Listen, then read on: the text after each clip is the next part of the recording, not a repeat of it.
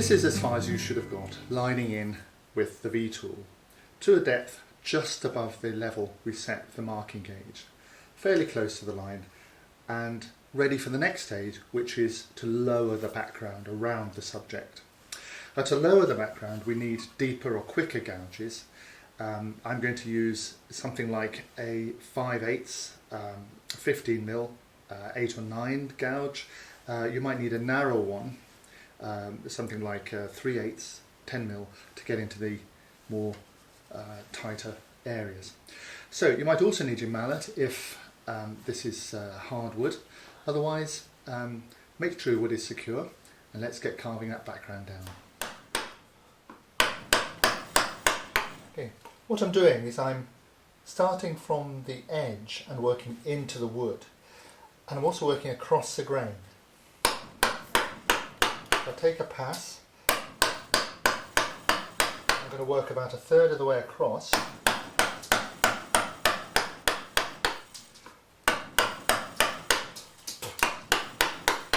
And then I'm going to turn the wood around.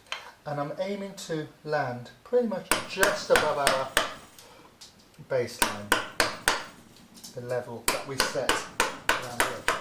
Along the edge here you can turn the tool a little bit and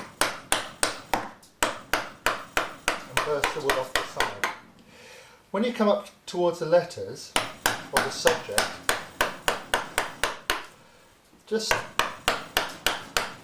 come in as close as you can, and the depth you should go to, if you've lined in properly, should be to the bottom of the V cut, like there. So just do the best you can at the moment, because all this area will have a chance to clean up when we set in the shape of the subject.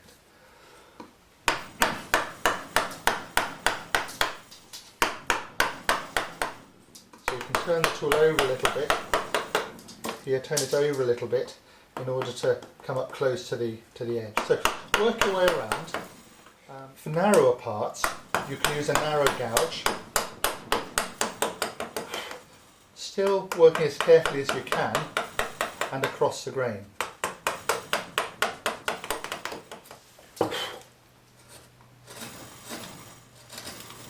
Come up close to the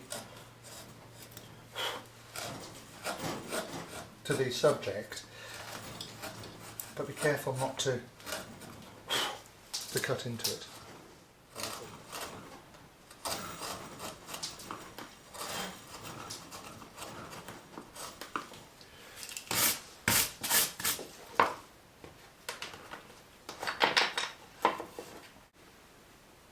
So here's the background lowered. Try and be methodical, try and work to a fairly even depth. It is hand carved, so it doesn't have to be engineeringly flat, but try and make it flatter so it's looking as if the background works across.